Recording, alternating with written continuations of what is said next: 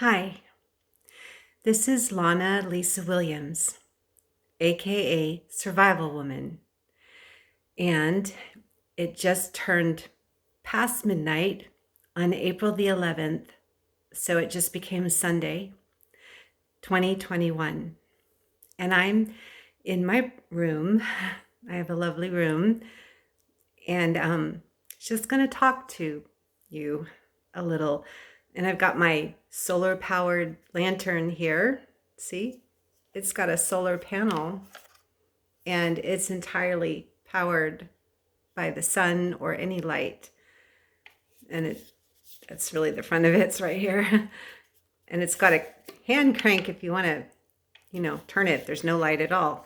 This is a valuable little thing. And I'm wearing my new star scarf. I'm not a wizard or sorceress. I'm wearing my cross too. I follow Jesus, the maker, and I write about hope and God's love in my books. So I'm putting this down. That's probably better. Little blue, that's cool. And I just wanted to say a few things, just frankly, honestly. I've been sick. I had a sinus infection. I have really bad allergies. I'm allergic to everything that's blooming around me in Central California, especially the beautiful trees I love so much, and the flowers, the roses, the orange blossoms, the almond tree blossoms, everything I'm allergic to. So I feel better when I stay in my room with my air filter on, but I love being outdoors. And I just want to say a few things honestly, about how I feel about life at this moment. So in 6 days will be my birthday, and I'm older than I look. I'm not going to tell you how old I am, but I do have 4 children. Yep. And only one of them, 1 out of 4, keeps in contact with me at all. The others wrote me off as if I'm dead. And they all live in California. I live in California. Go figure. That happened because my ex-husband promised that he would curse my life and turn all my children away from me. That was his revenge for leaving him. But I'm glad I left him, and I moved to New Zealand, the South Island, with 2 of my children, the younger 2. And it was a beautiful place. And I've been watching online this great crowdsource funded video series called AFK, meaning Away from Keyboard, about a bunch of geeks and nerds who are role players, my kind of people, who would hang out at Renaissance fairs if they could, and all day long be in front of their computer playing a game that involves elves and kings and queens and orcs and dwarfs and all kinds of things, gnomes and special powers and fun. And basically the whole show, all 3 seasons, is just these group of people having a lot of fun in New Zealand, in the beautiful countryside of New Zealand, which is gorgeous, the most beautiful place on earth. And I wish I could have stayed there, but my ex-husband had more money and made me come back to America with my 2 younger children, and told me, no uncertain terms, he would also turn the other 2 older ones against me. And I got full custody of my 2 younger ones, and I didn't see them for 3 years. But then we did get back in touch and connected, and things were going pretty well. And then I stupidly, because I couldn't find a job teaching in America under President Obama in 2009 and 10 and 8. So I went overseas to teach English in Russia, Turkey, and China for 5 years. And I didn't think I'd be away for 5 years. I now realize I probably shouldn't have done it. I mean, I learned a lot. I lived in amazing places. I learned new languages and customs and saw beautiful people and palaces and things. Mostly the countryside was beautiful. But when I came back, because I didn't have enough money to come back sooner, after 5 years, my 2 older children just written me off and blamed me because how could a woman, a mother, go overseas to earn a living teaching English because she couldn't find one in America? And I have a master's degree and a community college teaching credential. Yep, and I've done teaching at colleges and universities in America. But I couldn't find a job under Obama. Go figure. So when Trump was president, I actually returned to America and found that California had gotten very expensive while I was gone. And it was harder to live and survive in California than it was in Russia for a long 6 months of winter, and Turkey for 2.5 years, where the people were a lot friendlier and the food was better and the countryside was warmer and really pretty. It's not in the desert, folks. And then China for 2 years, which they paid me well. They respected me. But, the Communist Party does bad things. And I was in the northeast of China, right near the Russian and North Korean borders. And I met some communists and I was always followed, to make sure I was teaching English and not doing anything stupid like, trying to overturn the communist government or something. So it was tough. I didn't have a car, didn't have my own place I owned. I had apartments that were rented on my behalf by schools I taught for, and I taught everything I taught, kindergarten through 12th grade, and I taught at universities as well. Yep. In each country, I taught at a university, and it was great, and I loved it. And it was really good teaching, and I helped people to speak better English. Yep, because that's something I can do. But I really missed America. I had to come back. And when I did, I was disappointed. It got so expensive while I was gone. And I found settling into California really more difficult than Russia, Turkey, and China, and all those 5 years put together. And in each of those countries, I was attacked by a man and had to use my self-defense training to push him away and get away. And thank God I was not hurt. I was fondled and grabbed and stuff like that, but I got away. And I really believe the whole journey, Jesus protected me and he had a reason. And sometimes I think my biggest mistake was leaving America when I just found my 2 younger children again and got involved in their lives. I should have tried harder to find a job. I shouldn't have just taken the job in Russia because it was guaranteed money and easy and all that, But maybe it was planned that I did that because I learned stuff I never would have learned in California. And I'm from San Diego and I speak Spanish. So I learned Russian and Turkish and a little bit of Chinese, which was difficult for me, Chinese. And I saw amazing places. In Russia, there was a river, frozen solid. You could walk across or drive a snowmobile across, a mile across in winter. And that same river in summer held huge shipping barges and oil tankers. In Turkey, I was on top of a mountain not far from Istanbul, and it looked like the mountain I love in California, in Lake Arrowhead and Big Bear. It was beautiful, and the food was wonderful, and tea was inexpensive, and so were meals, and people stayed up late at cafes, and Turkey was my favorite place of those 3. You can tell I stayed there the longest, 2.5 years.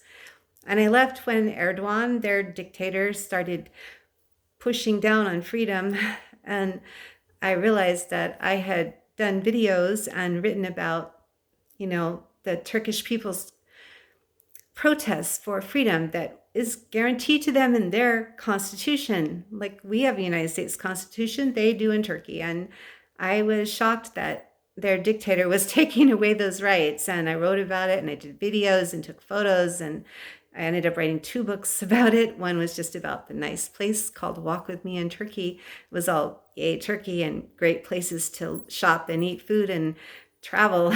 And the other one was I protested for freedom with Turks, and that's the one that got banned and, sent the police to my apartment the day after I left to China. So I escaped Turkey just in time, and I would have stayed if it hadn't been for their dictators saying, you guys can't have free speech anymore, or freedom of the press, or freedom of religion or freedom of assembly. So I didn't like that whole no freedom thing and all the censorship. And then in China, I was where the Communist Party began, Russia, and then China, and they really don't like us very much over there. And I guess I learned a lot and I saw a lot. But the most important thing is that Jesus had a reason for that wandering path. He had a purpose. And I don't think I have to apologize to anyone for going.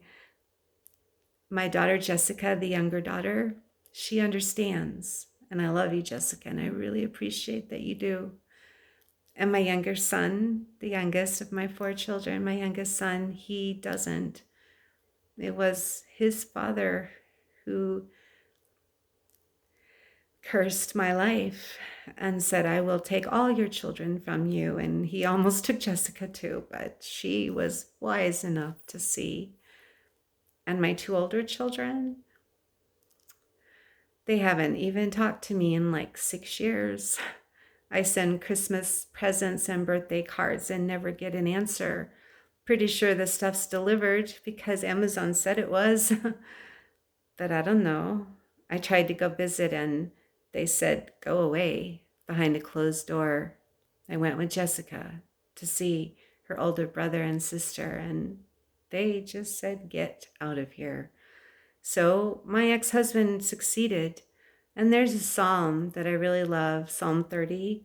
And it talks about God lifting us up from the grave, from death, from the pit, from the darkness and the loneliness, and giving us joy and dancing and beauty.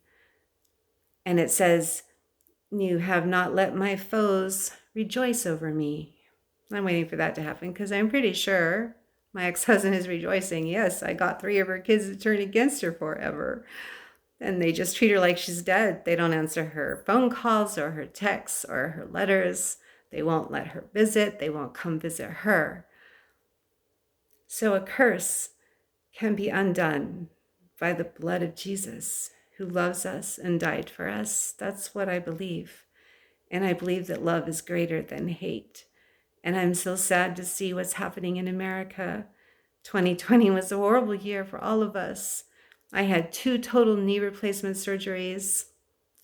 I had to move twice because somehow I fell into the home of women, 2 different women in Central California I thought were my friends. And it turned out they weren't, and they became my enemy and said, go, get out.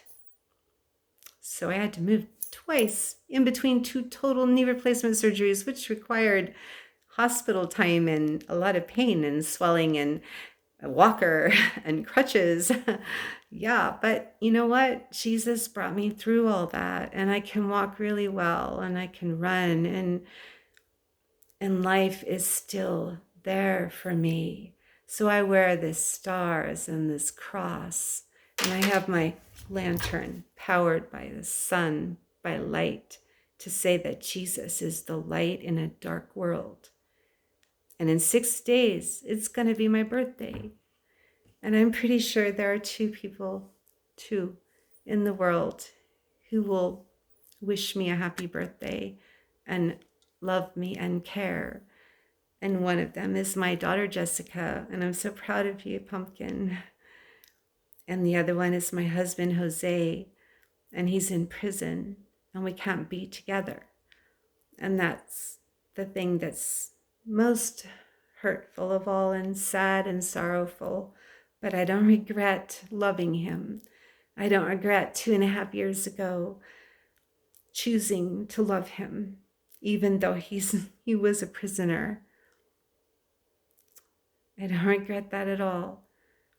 I don't apologize for anything because I believe God works all things together for good to those who love him and are called according to his purposes, like Romans 8:28 says. And I love you, Jose. And maybe someday you will see this video. You don't have internet where you are, but maybe someday you'll see this. Yo te amo mucho, mi amor. And I love you, Jessica, who also speaks Spanish. Mi niña, mi corazón, my Jessica. And I thank you that out of this whole world, I have two people who love me and who will say, happy birthday. And I won't have a party. And Jessica's boyfriend doesn't like me, so I might not be able to spend much time with her. Though I'm hoping he's more on my good side now, and maybe we'll go out to dinner. And Jessica has a little girl who's beautiful. Her name is Fiona. And good things happen, even when the whole night seems dark and you're alone in a room and it's almost your birthday. And I just watched this movie. Well, it's like a series. It's a new one made by Amazon. Yeah, good old Amazon Prime Video. And it's called, let's see if I can say this right. I maybe can't say it. It's in English, it's The Vineyard. But in Spanish, it's La Templanza. La Templanza. Templanza means temperate, like calm and peace. And there was this vineyard in Spain, like in the 1850s, through the 1900s, I guess, maybe it's still going, called La Templanza. And it's about the girl who grew up there, who fell in love with a man from the other side of the world, and how they got together through different continents and time and decades, and their love endured. And I couldn't help but wish I'd been born in the 1800s instead of the 1900s, because they didn't have, all the technology, and they were close to other people, and they drank a lot of tea and talked and walked together and had parties. And we're all like, we've been separated in our rooms because of COVID-19 and forced quarantines. And maybe that's why 2020 was so hard for all of us. And a lot of people, they just couldn't take it, and they killed themselves. And I never want to do that, and I never will. My father did that when I was only 4 years old, and it affected my whole life, growing up without a father, and my mother struggling with me and my baby brother. And then she died and he died, and I had no family except the 4 children, 3 of whom don't even acknowledge that I'm alive. They treat me like I'm dead. And that's sad, because I'm not. And we could have a relationship. So I say to my 3 children, you know your names, please reconsider the curse that my ex-husband put on me to turn you all against me by saying lies and mean things like I'm really not a serial killer. I actually taught English in a prison, which required 5 weeks of background checks. And yeah, I fell in love with my student, Jose. Rogel Mendiola, yo te amo mucho, Jose. I fell in love with him, and I crossed this line and accepted a poem, a card, a Christmas card from him in 2018 at Christmas time. He was new in my class, and I crossed a little line. This is us. It's kind of glaring. There you go. That's us in the prison. I love him. He's from Mexico. And before that, his family came from Spain, which is amazing because La Templanza is set in Spain, wine country and all that. This is my favorite photo of us. I am blonde and blue-eyed and white, la güera. Yo soy una güera. I'm a white woman. And he is brown-skinned and black-haired, and I love him so much. And I say, viva la différence, which sounds a little like French. France, I probably pronounced that wrong. Let me try again. Viva la différence.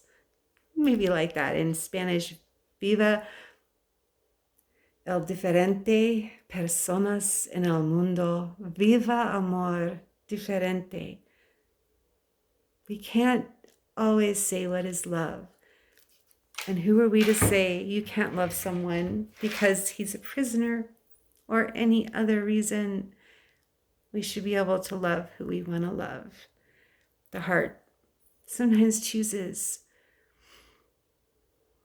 And Jose, I can't wait till you're out of there and I talk to you today. And I love you so much. And I get your letters and you make beautiful cards for me of birds and roses and us walking together by the sea in colors. And so really, I'm alone in this room and it's past midnight and I'm babbling on and on for 20 minutes, but I see there's a pattern to my life. And I don't own a vineyard, come from a famous family. And I wandered through the world a bit like the characters in that show La Templanza did. But they finally got together, the woman and the man, despite continents and tragedies and the stories that were two became one. And that's how I feel about you, Jose. We were two very different people, but we became one. And Jose, he didn't kill anyone or rape anyone. People always ask me why he's in prison. And I should say it's none of your business, but I try to reassure them. And he was very young when he was convicted and given too long of a sentence. So I've appealed to Governor Gavin Newsom of California and even to President Biden, Joe Biden, to let him free, to free Jose from prison. Because you know what? My next birthday, I would really like to be with him. The two of us in a room like this. And it doesn't matter where you are, but who you're with, that can be everything. And I hope you're not feeling completely alone. And if you are, just call out to God to help you. And I suggest you call out to Jesus and see what he can do, because he is the resurrection and the life. And I survived the loss of my whole family when I was a child. I was too young. And then the loss of three of my 4 children as an adult. That is, they don't have anything to do with me.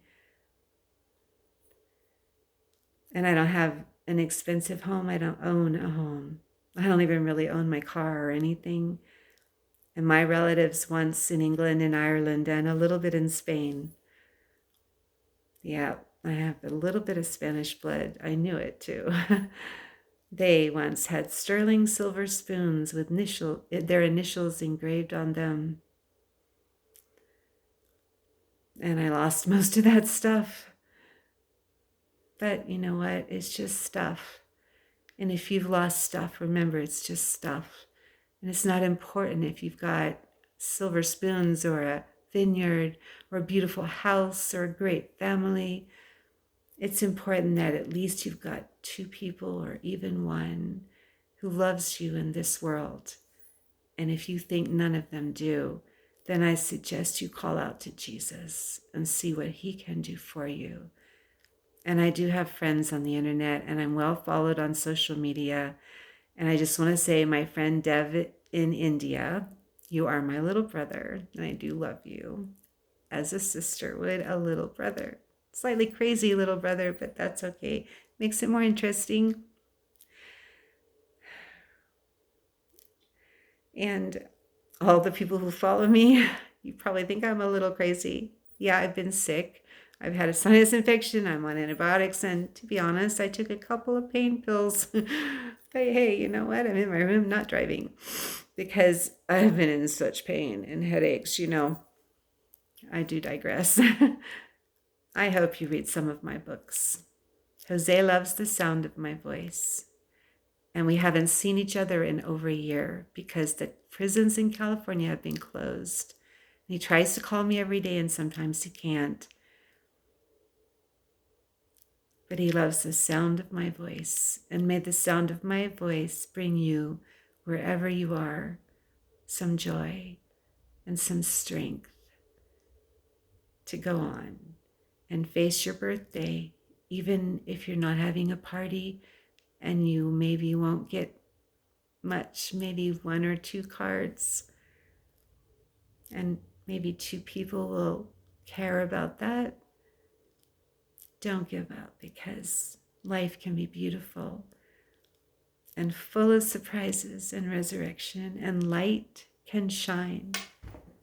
Light can shine in the darkest places, and love can happen even in a prison, between an English teacher and a prisoner. And there's hope for you. So let's hope the rest of 2021 isn't nearly as bad as 2020 was, and that we all end up, before the year is done, together with at least one other person who loves us. This is Lana Lisa Williams from Central California, aka Survival Woman, wishing you happiness. Goodbye.